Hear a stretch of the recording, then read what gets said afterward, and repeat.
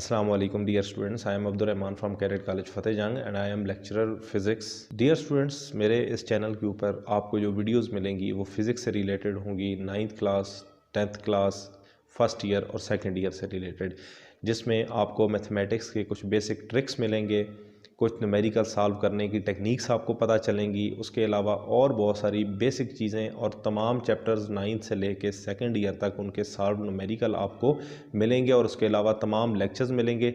जुड़े रहिए मेरे इस चैनल के साथ, सब्सक्राइब करें, अपने दोस्तों के साथ शेयर करें और लाइक करें मेरी तमाम वीडियोज़ को। आपका बहुत शुक्रिया। जी तो प्यारे स्टूडेंट्स, जैसा कि आपने देखा कि आपकी स्क्रीन के ऊपर आपको एक फ़िज़िक्स का पेपर नज़र आ रहा है। इस फिज़िक्स के पेपर के अंदर बहुत सारे क्वेश्चन आपको नज़र आ रहे हैं। जो आपको इस वक्त स्क्रीन पे नज़र आ रहे हैं वो हैं आपके पास शॉर्ट क्वेश्चंस, और इसी तरीके से इस पेपर के अंदर दूसरा जो पोर्शन होता है वो होता है लॉन्ग क्वेश्चंस का।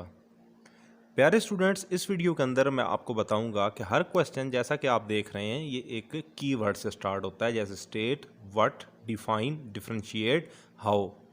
ये कीवर्ड समझना बहुत ही ज़्यादा ज़रूरी होता है किसी भी पेपर को अटेम्प्ट करने के लिए। इस वीडियो के अंदर मैं आपको बताऊंगा कि किसी भी कीवर्ड को किस तरीके से आपने आंसर करना है। अगर डिफाइन आएगा तो डिफाइन को कैसे आंसर करेंगे, ये तरीका आपको आज मैं बताऊंगा इस वीडियो के अंदर। जी तो प्यारे स्टूडेंट, जैसा कि मैंने आपके साथ बात की थी कि हमें इस चीज़ को समझना है कि एग्ज़ामिनर हमसे क्या पूछना चाहता है। एग्ज़ामिनर हमारे सामने मौजूद नहीं होता कि वो हमें समझा सके कि वो हमसे क्या चीज़ डिमांड कर रहे हैं पेपर में। लेकिन हम जो चीज़ समझ सकते हैं क्वेश्चन पेपर को देखते हुए, वो ये है कि हमें कुछ वर्ड्स नज़र आते हैं, कुछ सीरीज़ नज़र आती है वर्ड्स की, जिनको अगर हम समझ जाएं, वो कीवर्ड्स ऐसे हैं जो हमारी मदद कर सकते हैं पेपर को सॉल्व करने में। अगर मैं बात करूं तो हमारे पास दो किस्म के क्वेश्चंस होते हैं पेपर में। शॉर्ट क्वेश्चन के कुछ कीवर्ड्स होते हैं और कुछ लॉन्ग क्वेश्चन के होते हैं। सबसे पहले हम शॉर्ट क्वेश्चन के कीवर्ड्स की बात करते हैं। तो शॉर्ट क्वेश्चन में हमारे पास कीवर्ड एक स्टार्ट होता है क्वेश्चन डिफाइन से, कुछ क्वेश्चन शुरू होते हैं डिफरेंशिएट से, कुछ क्वेश्चंस का स्टार्ट होता है स्टेट से, कुछ राइट, व्हाट और हाउ। उसके बाद जब हम लॉन्ग क्वेश्चन की तरफ मूव करते हैं तो हमें पता चलता है कि लॉन्ग क्वेश्चन स्टार्ट हो रहे हैं, उनमें जो कीवर्ड ज़्यादा इस्तेमाल होते हैं वो है डिराइव, एक्सप्लेन या डिटेल नोट से क्वेश्चन आता है। अब अगर आप देखें तो मैंने आपके सामने पेपर जो है वो स्क्रीन पे चला दिया है, जिसको आप देख सकते हैं कि आपके पास मोस्टली यही कीवर्ड इस्तेमाल हुए शॉर्ट क्वेश्चन के अंदर भी और लॉन्ग क्वेश्चन के अंदर भी। बहुत सारे क्वेश्चन शॉर्ट क्वेश्चन में how, what, write, define, differentiate, जबकि long question derive, explain, detail note से आ जाते हैं, और कुछ न्यूमेरिकल क्वेश्चंस होते हैं। अब हम सबसे पहले बात करते हैं कि अगर क्वेश्चन स्टार्ट हुआ हमारे पास डिफाइन से, जैसा कि मेरे पास मैंने एक एग्जांपल आपको दे रखी है कि अगर कीवर्ड डिफाइन है, डिफाइन को वो कैसे यूज़ करता है क्वेश्चन में। Define the term area. अब इसका आंसर देने का तरीका ये होगा कि आपने सबसे पहले डिफाइन करना है, डेफिनीशन। पहले आप हेडिंग लगाएं, हेडिंग में लिखें एरिया, उसके बाद उसकी डेफिनीशन लिखें जो कि इन्वर्टेड कामाज में होनी चाहिए। उसके बाद फार्मूला की हेडिंग दें और लिखें कि the formula for area is, नीचे फार्मूला लिख दें, बेशक मार्कर से बोल्ड करके लिख दें। उसके बाद आप उसका यूनिट लिख दें, ऐसा unit of area is inverted commas में लिख दें, और क्वांटिटी फिर दे दें कि एरिया कौन सी क्वांटिटी होती है, स्केलर होती है, वेक्टर होती है। तो इस तरीके से जब आप हेडिंग्स बना देंगे तो आपके लिए बहुत ही आसान होता है नंबर पूरे पूरे लेना। उसके बाद हम अगले क्वेश्चन पे चलते हैं। अगर वो यूज़ करता है कीवर्ड डिफरेंशिएट, देखिए डिफरेंशिएट का मतलब ये होता है कि हमने डिफरेंस बताना है दो चीज़ों के बारे में। तो वो जब भी डिफरेंशिएट का क्वेश्चन आपको कहेगा तो इसका मतलब है वो दो क्वांटिटीज़ का कंपैरिजन मांगेगा आपसे। दो क्वांटिटी कैसे कंपेयर हो सकती हैं, जैसे कि एरिया और वॉल्यूम है।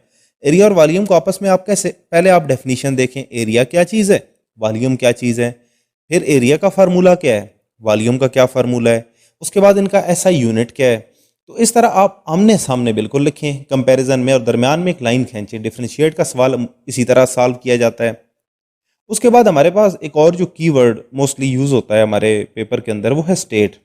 स्टेट अमूमन जो वर्ड है ये इस्तेमाल होता है आपके पास जब वो कोई आपसे लॉ पूछ रहा होता है पेपर में, या ऐसी चीज़ पूछ रहा होता है जिसकी एक प्रॉपर स्टेटमेंट होती है। तो आप सबसे पहले या तो स्टेटमेंट की हेडिंग दें या उस क्वेश्चन के नाम की। अगर वो कहता है न्यूटन सेकंड लॉ तो आप न्यूटन सेकंड लॉ की हेडिंग दे दें। अगर वो कहता है स्टेट न्यूटन थर्ड लॉ, आप थर्ड लॉ की हेडिंग दे दें। अगर वो कहता है कि स्टेट आर्शिमेदस प्रिंसिपल, तो आप आर्शिमेदस प्रिंसिपल का नाम लिख दें, या स्टेटमेंट की हेडिंग दे के नीचे आप इन्वर्टेड कॉमास के अंदर उसकी डेफिनेशन लिखें, उसके बाद उसका फार्मूला लिख, अगर डिराइव हो सकता है तो डिराइव कर दें, डिराइव से मुराद कि पूरा अगर सॉल्व करना है फार्मूला तो सॉल्व कर दें, और अगर शॉर्ट क्वेश्चन है, जो कि अभी हम शॉर्ट क्वेश्चन की बात कर रहे हैं, यहाँ पे सिर्फ फार्मूला लिख देना ही काफ़ी होता है। उसके बाद हमारे पास आ जाती है नेक्स्ट चीज़ एसआई यूनिट। एसआई यूनिट के अंदर हम लिख देंगे कि SI unit for Newton second laws, तो हम एसआई यूनिट उसका लिख दें। तो इस तरीके से आपका क्वेश्चन कंप्लीट हो जाता है, शॉर्ट क्वेश्चन। उसके बाद हमारे पास जो नेक्स्ट कीवर्ड इस्तेमाल होता है पेपर के अंदर वो होता है right, write two rules, write the following. तो इस तरीके से हमारे पास आता है राइट। तो राइट में अगर हमारे पास रूल आ जाए, जैसा कि क्वेश्चन था हमारे पेपर के अंदर, write two rules to find significant figure in a number या इन अ डिजिट, तो आप सबसे पहले तो हेडिंग दें कि जी rules to find significant figure. जब आप ये हेडिंग दे लेते हैं उसके बाद आप बताएं कि following are the rules to find significant figure in a number, कि ये रूल्स मैं मंदरजा झैल रूल लिख रहा हूँ, आप रूल नंबर 1 लिखें, उसकी एग्जाम्पल साथ दे दें, रूल नंबर 2 लिखें, साथ उसकी एग्जाम्पल कोट कर दें, रूल नंबर 3 लिखें, उसकी एग्जाम्पल दे दें। अब मैंने 3 क्यों कहा, जबकि क्वेश्चन में उसने 2 की डिमांड की थी, तो बेहतर होता है एक चीज़ एक्स्ट्रा लिख देना अगर आपके पास टाइम हो। टाइम अगर आपसे मैनेज नहीं हो रहा तो आप 2 रूल्स लिखें, खूबसूरत से करके लिखें, और उसके नीचे एग्जाम्पल उसकी दे दें। हेडिंग लगाना बहुत ज़रूरी होती है, मार्कर का यूज़ बहुत ही ज़्यादा ज़रूरी होता है। फिर हमारे पास आ जाता है जो नेक्स्ट कीवर्ड है वो है व्हाट। जैसा कि क्वेश्चन था what is meant by centre of gravity. अब सबसे पहले हेडिंग लिखें, हेडिंग मार्कर से दें, उसके बाद उसको डिफाइन करें। अगर उससे रिलेटेड डायग्राम है तो आप डायग्राम दे दें, या एग्जाम्पल है तो वो दे दें, या उससे रिलेटेड कोई भी चीज़ हो, ये वेरी करती है क्वेश्चन टू क्वेश्चन या टॉपिक टू टॉपिक। अगर यहाँ पे सेंटर ऑफ ग्रेविटी है, सेंटर ऑफ ग्रेविटी की एक छोटी सी डायग्राम होती है जिसमें आपने एरोहेड लगा के डाउनवर्ड दिखाना होता है कि ये है सेंटर ऑफ ग्रेविटी, और उसके एग्जाम्पल आप दे सकते हैं किसी स्टोन की, किसी शापर बैग के अंदर पड़े हुए एप्पल्स की। तो इस तरीके से आपका ये क्वेश्चन कंप्लीट हो जाएगा। उसके बाद हमारे पास लास्ट जो कीवर्ड इस्तेमाल होता है मोस्टली साइंसेस पेपर में वो होता है how. How do heat reaches us from sun, ये एक एग्जांपल के तौर पे मैंने क्वेश्चन पिक किया आपके पेपर में से। अब आप जब भी हाउ का वर्ड यूज होता है इसका मतलब वो आपसे कोई रीजन मांग रहा है, वो आपसे चाहता है कि आप मुझे प्रॉपर रीजन दे के बताएं कि ये काम कैसे होता है। तो आप पहले तो रीजन बताएं कि जी क्या रीजन है, किस तरीके से हीट जो है वो हमारे तक रीच करती है। अब आप वो रीजन देने के बाद अगर उसकी कोई डायग्राम हो सकती है सूटेबल, वो ड्रा कर दें, अगर डायग्राम नहीं है तो उसके बाद उसकी एग्जाम्पल दे दें, लेकिन प्रॉपर उसे रीजनिंग करके बताएं कि ये चीज़ है। उसके बाद हम मूव करते हैं अपने लॉन्ग क्वेश्चन के कीवर्ड्स की तरफ। तो लॉन्ग क्वेश्चन में जो हमारे कीवर्ड्स इस्तेमाल होते हैं वो डिराइव, एक्सप्लेन, डिटेल, नोट। अगर क्वेश्चन हमारा स्टार्ट हो रहा है डिराइव से, तो सबसे पहले एक मेरे पास क्वेश्चन था derive second equation of motion. Derive का मतलब ये होता है कि आपने पूरा फार्मूला स्टार्ट से लेके एंड तक बताना है, लेकिन वो काफ़ी नहीं है।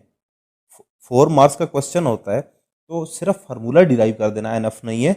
आपने ये करना होता है कि आपने सबसे पहले इक्वेशन बतानी है कि ये इक्वेशन है क्या चीज़, इसमें हम क्या करना चाह रहे हैं, क्या मांगा जा रहा है, क्या हम फाइंड करके देंगे।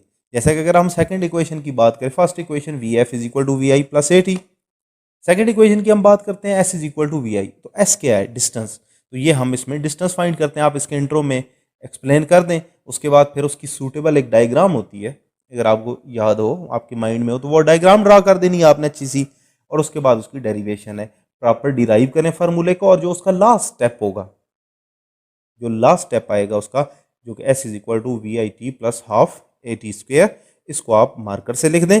अगर मार्कर से नहीं करना चाहते तो आप लिख के पेन से उसके ऊपर बॉक्स बना दें मार्कर से, ताकि वो आपका हाईलाइट हो जाए, एग्जामिनर की आई उसे पिक कर ले कि ये चीज़ यहाँ पे मौजूद है। उसके बाद आपका जो नेक्स्ट क्वेश्चन आ जाता है वो स्टार्ट होता है एक्सप्लेन से, जिसमें वो आपसे एक्सप्लेनेशन मांगता है, डिटेल मांगता है। जैसा कि क्वेश्चन था पेपर में एक्सप्लेन रेजोल्यूशन ऑफ फोर्सेज। आप सबसे पहले तो हेडिंग दें कि रेजोल्यूशन ऑफ फोर्स होती क्या है, उसको एक्सप्लेन करके बताएं। उसके बाद उससे रिलेटेड अगर जब डेरिवेशन करेंगे तो डेरिवेशन के लिए एक डायग्राम मौजूद है, वो डायग्राम बनाएं, फिर उसको डिराइव करें, साथ साथ एक्सप्लेन करें, और लास्ट स्टेप जब भी आए वो या मार्कर से बोल्ड करके लिखें या बॉक्स के अंदर लिखें। उसके बाद आपके पास जो लास्ट क्वेश्चन आ जाता है वो आ जाता है डिटेल नोट। जैसे कि right A detail note on kinetic energy, तो आप सबसे पहले हेडिंग दें काइनेटिक एनर्जी की, फिर इस क्वेश्चन को ब्रेक कर लें मुख्तलिफ हिस्सों में। पहले इसकी डेफिनीशन लिखें, डायग्राम है मौजूद तो उसको वो दें, डायग्राम नहीं है तो एक्सप्लेन कर दें, उसका फार्मूला है तो उसको डिराइव करें प्रॉपर, और डिराइव करने के बाद उसकी एग्जांपल है, जैसे moving car has kinetic energy, वो एग्जांपल दे दें और अच्छे से मार्कर यूज़ करें, हेडिंग्स लगाएं। जब जब आप मार्कर यूज़ करेंगे, अच्छी हेडिंग लगाएंगे, आपका क्वेश्चन वैसे ही आई कैचिंग हो जाता है। उसके बाद जिन चीज़ों का आपने ख्याल रखना है वो ये है, कभी भी पेपर के अंदर कटिंग ना करें। कटिंग अवॉइड करेंगे आप, आपके नंबर अच्छे आएंगे। अगर आप साफ़ सुथरा लिखेंगे, नंबर आपके हमेशा अच्छे आएंगे। तो इन दो चीज़ों का ख्याल रखें। मैं उम्मीद करता हूँ कि आज की ये छोटी सी जो प्रेजेंटेशन थी पेपर के हवाले से, ये आपके लिए हेल्पफुल साबित हुई होगी। अगर ये हेल्पफुल आप समझते हैं थी आपके लिए, तो आप मेरे चैनल को सब्सक्राइब करें, अपने फ्रेंड्स के साथ शेयर करें। आपका बहुत शुक्रिया।